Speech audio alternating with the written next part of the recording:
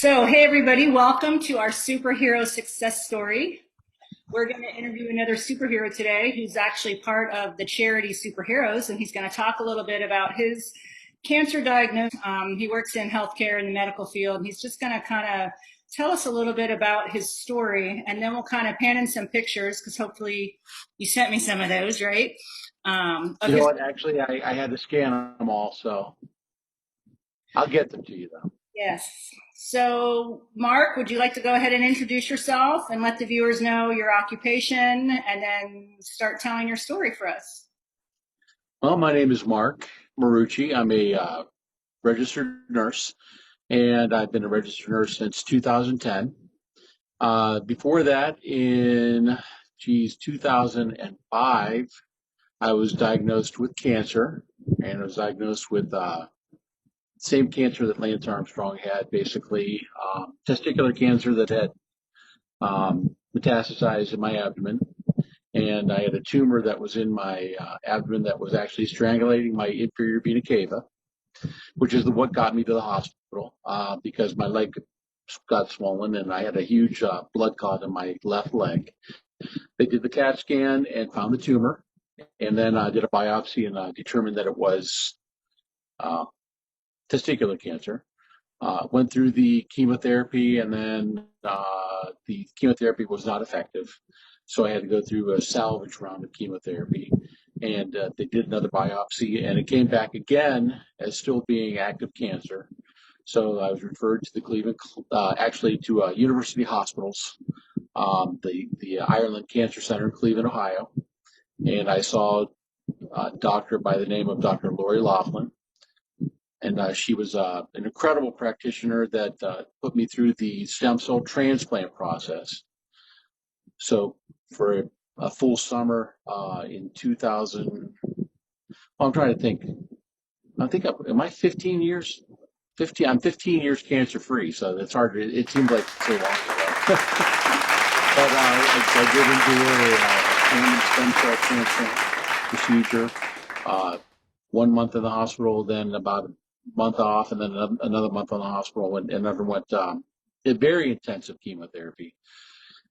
And my bone marrow was basically destroyed because they had to give you such strong chemotherapy to try to kill the tumor that it basically killed everything in your body. So I was in isolation, and then I went home and got back to my life after a lot of blood transfusions, a lot of platelet transfusion, electrolytes infusions, and then I went back to school and became a nurse. So Wow. that was 15 years ago.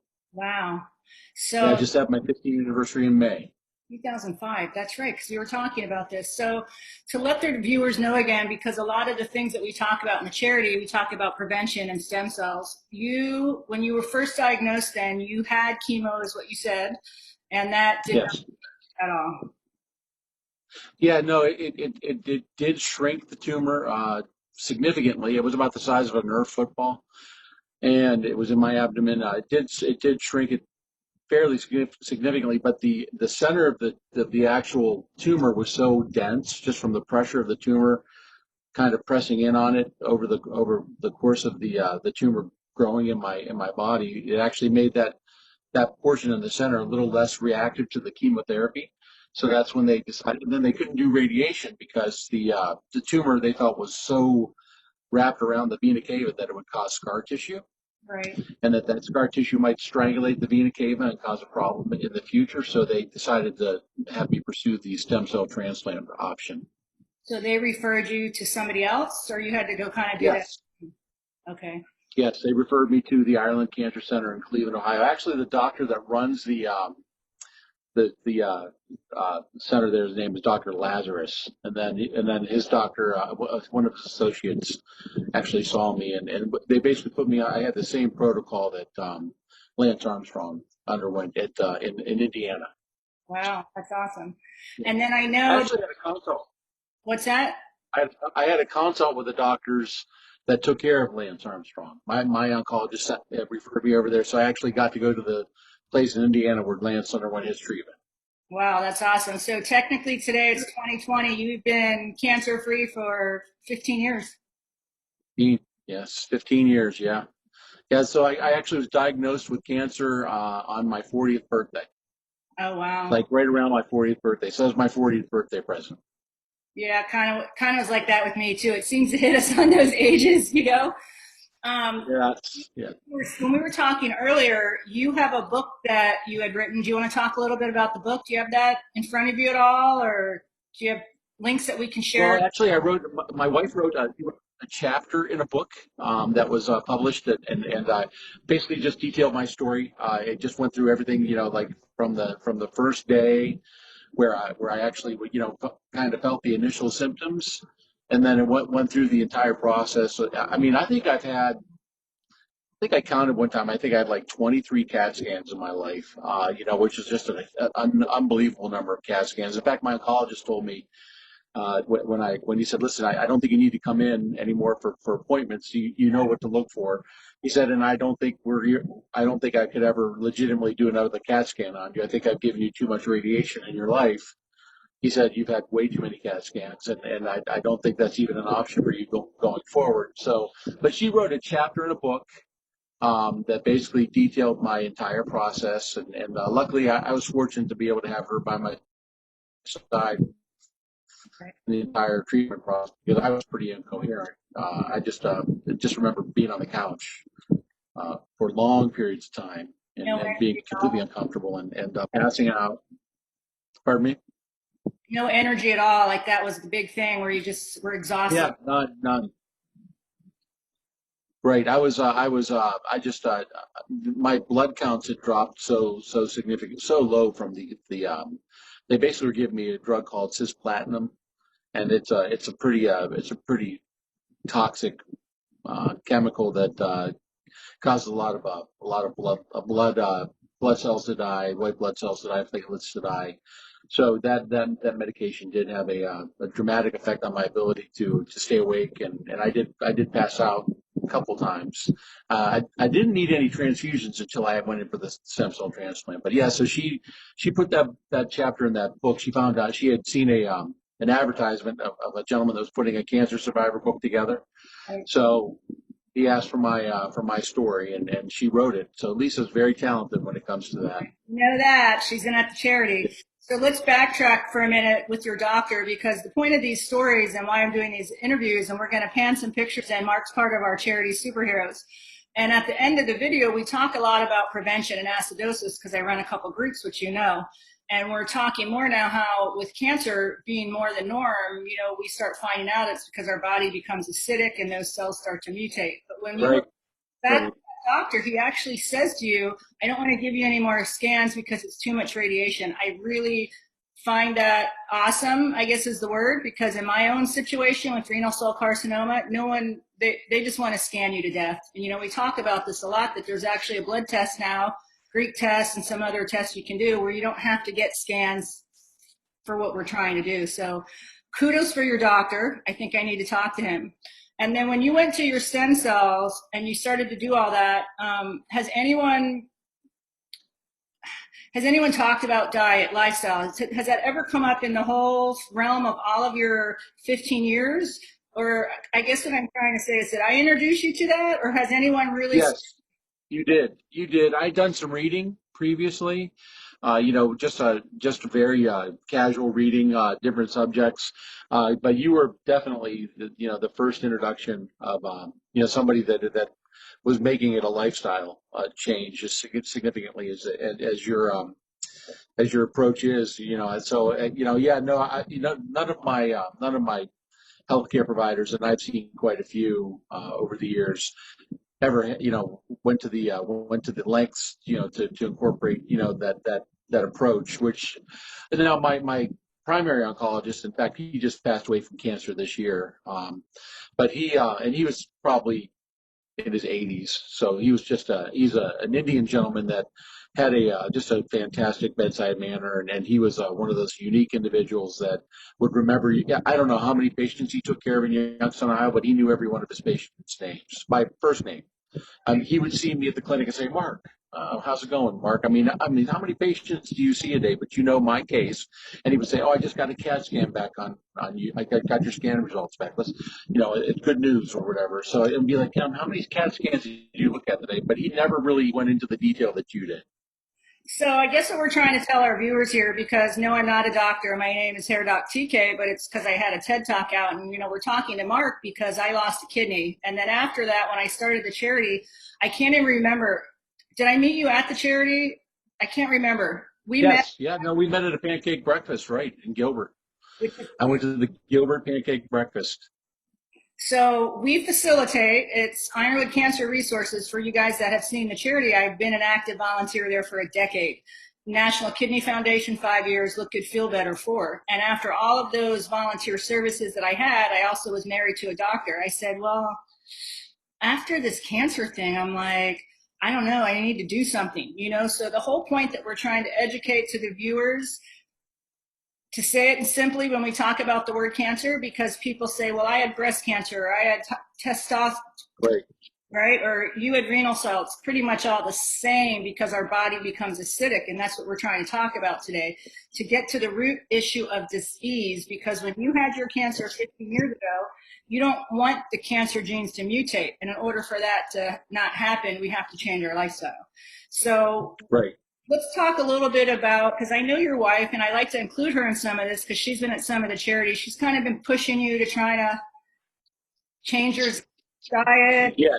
walking. No, she has been she's been very instrumental, and I need to take her advice more diligently, and your advice more I'm diligently. kind of trying I to push do need that to. right now. Yeah, my in fact, my daughter just announced that she was expecting her first child and our first grandchild, and I told her, yeah, I definitely need to make some changes because I'd like to be around long term. So Right. yeah, I agree. Lisa has been trying to get me to get onto a more appropriate diet as far as the kind of foods that I'm eating, and more vegetables and less processed food. So she's been a very strong advocate for that, and I need to listen to her more than I do, and I need to listen to you more too. I need to get on my bike. I need to go for a ride. I mean, I see what you do as far as your bike rides are concerned, and it's amazing. I know those aren't easy bike rides, and I think to myself, I can't even get around the block. So I need to make some changes. So I want to be able to look good in the pictures with my granddaughter when the time comes in March. Right. And we don't want to call you Fat Man. We want you to be Batman, Ah, right? yeah. I actually just changed my. I have Waze on my car, and I have the Batmobile now. I just want you to know I upgraded to the Batmobile on Waze. Okay, so yeah, I'm living it now. Okay, so yeah, so yeah, I'm making some changes. Tell you, because I tell people when I say things, people will say to me, well, I can't do that. And I understand, because people, we're different, we're raised different, we have different genetics, we have different environment, right? And then the environment that I was raised in, and it goes back to even my father, you have two people living in the same house. My mother is completely healthy, roller skates, is never sick. My dad has his legs missing, diabetes, and amputations because he didn't follow the same lifestyle as my mother. So you can have two people in the same house, one is fine, one isn't, right? So now with the whole cat, and I have to be careful of things that I say, we're with what's happening now and everything that's going on in the planet and the world, a lot of people are awakening. So we call this the deep state awakening, and we're trying to educate people because now they have 5G out, and the whole thing with the mask and the whatever else is happening. When somebody is diagnosed with a disease, we can kind of step back a little bit and say, is this something man-made, or did I do something to create it? That's kind of where Right. we're right. So when we started this charity, to the viewers, Mark and I met at the charity. It actually was a pancake breakfast, and I flipped out and asked them why they're serving pancakes and sausage and I orange remember that. for I breakfast. remember that. I do. You Yeah. remember? Yeah. And You were like, "What's going on?" they kind of got mad, and there's like, what are you talking about? I said, because that's cancer. It's called acidosis. It's when our pH goes too low or too high. We got to keep it in about a 7. So Mark and I started the talk, and then we became friends, and now he's part of the charity. So you'll see in the pictures as I pan, he's Batman for our charity. And the whole point, like I said, of what we're trying to do with this superheroes thing, when it started out, it was because I'm a hair extension and hair loss mentor of 35 years, created my own brands through my hair issues, and I wanted to give back to the community by doing hair, right? Well, now we go, crap, well, more people are having cancer that don't have hair loss, so now we're trying to get to the root issue of disease. So the charity that we're trying to promote with you guys is to become your own superhero, like we are, by research, education, and changing your lifestyle. Right. You want to talk? And you said that from day one. You said that from day one. You were, I mean, the first time I met you, that was your mission. That was your goal, and I was impressed by your concern over the fact that there was pancakes being served, but I also was impressed. Everybody wanted to have their picture taken with Wonder Woman, I just remember, like the kids coming up to you and other cancer survivors coming up to you, and your true compassion for them, and your advocacy for them too, your consistency with every person that you talk to. It was good for me to see that And as a cancer survivor. when you met me too, so for the viewers, when Mark met me, I was in a little weird situation. So the viewers know I had a TED Talk about cancer and implants and vaccines. We have charity Superhairoes, but when you met me, I was kind of in a dark situation. And I pretty much lost everything after the cancer, and I was homeless. So we talked about this, and people would ask questions and say, well, you had cancer and you're homeless? And I'm like, well, what does cancer and homeless people look like? Now it's an assumption, right? Usually homeless person is not showered or whatever. There's an assumption about it. But what I said to people, the whole reason why I dress up like Wonder Woman, I was raised conservative Christian. So my parents are about Jesus, fruits, seeds, and nuts, right? But I had to find something inside that could change my mindset because it was about how I was thinking. So the whole point of the whole Wonder Woman thing is because for me personally, it's a mindset. Wonder Woman's not a fictional character, right? So when we created this charity, now we need Batman, we need Catwoman, we need a couple more superheroes to fulfill our mission. What would you, as a survivor and also part of this new foundation, what could you give to viewers who maybe either want to come on board to support the cause? What advice could you give them? Well, you have to look at it as a race. Being a cancer patient and a cancer survivor, from day one, you're basically in a race. And that race is it's going to be the most challenging and difficult race you've ever participated in your life. And you're going to have good miles and bad miles, but every mile is a mile closer to the goal of actually winning the race and beating cancer.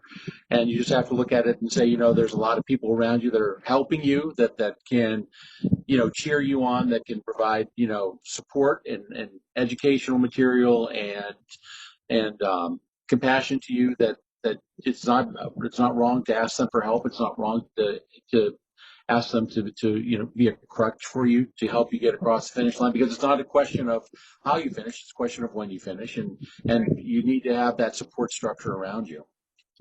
And the charity is an important part of that, but everybody in your circle is just as equally important. So that's the most important thing. And I appreciate that. And so to mention, we also have another, one of our other charity board members actually has rheumatoid arthritis. And then people say, well, what does that have to do with cancer? Well, actually everything. So rheumatoid arthritis is actually on the same cusp with cancer. It's a metabolic acidosis disease. So she's cured herself without the help of anything by going plant-based. You've met Mindy, and she'll be on our podcast later. But as a survivor now, and you're hitting 15 years, what could be the one thing that you could say to someone watching this video? Because, now I'm running another group, I told you, we have like 30,000 people. And they're like, what's the one thing that you could tell them when they first get diagnosed? Either not to do or what to do, some type of advice that you would give them. I would say, I'm sorry, what's that? If you knew what you knew now, what would you tell them if they asked you? I tell you, you have to be an advocate from day one.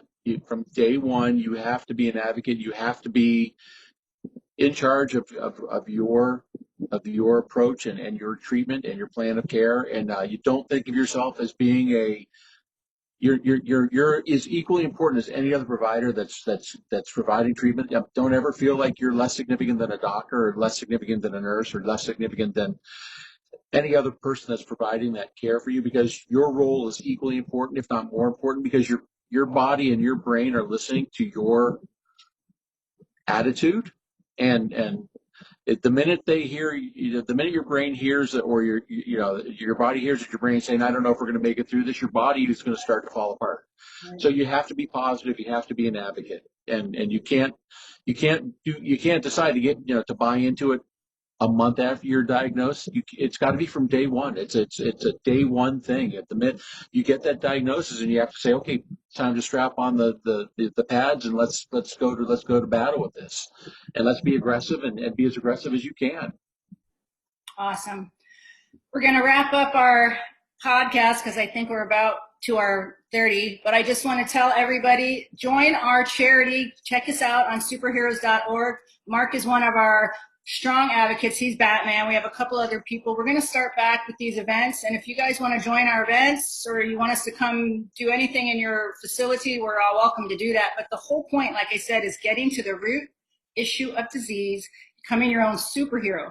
And with the because I have to be careful with some things I say, because you work in the medical field. A lot of people say to me, well, my doctor says this. I'm like, it's actually called gaslighting. So if someone says to you, hey, they told me I had a year to live, that kind of was like, So to wrap that all up, because we have to say what we're going to say, do you have anything else you want to add to that? No, I just, like I said, I'm just thrilled with the fact that we were able to, meet on that fateful day, and I'm excited. I can't wait to get back into the routine of having the events, because I feel very energized when we do that, and it's a great message that the charity is putting out there, and I just have nothing but admiration for everything that you do, considering where you've been in your life. So you've made some great impact. You've had a great impact on my life and a lot of other people's lives. I want to cry. Well, I can't wait to see you at the next event. Okay, so I need you to do me a favor, because I notice things. Bike ride, at least, because you're following me on Strava now, right? Yes. Oh yeah. I did. I followed. Yeah. I'm going to break the bike out. And you've got dogs. There's no excuse to start walking those dogs. Okay. I'm going to do it tomorrow. I'm going to play golf tomorrow, and then I'm going to go for a bike ride tomorrow night. Got to promise me this. Well, you're following me on Strava, so you'll be able to tell me if I'm not doing it. So yeah, join Strava, everybody, if you want to see motivation, because I had a kidney missing, knee replacement. Oh my gosh. I can't feel my whole right side because they jacked me in the surgery, and I ride my mountain bike like 40 miles sometimes. Oh my gosh. I look at your tracks, and I'm impressed. And I'm 52 years young. Yeah, good for you. Thank you so much for your time. Congratulations. Okay. Superhero success story number 4. Yep. Thank you very much. Love you. Wonder Woman. Thank you. Talk to you later. Love you. Bye. Okay. Love you too. Bye.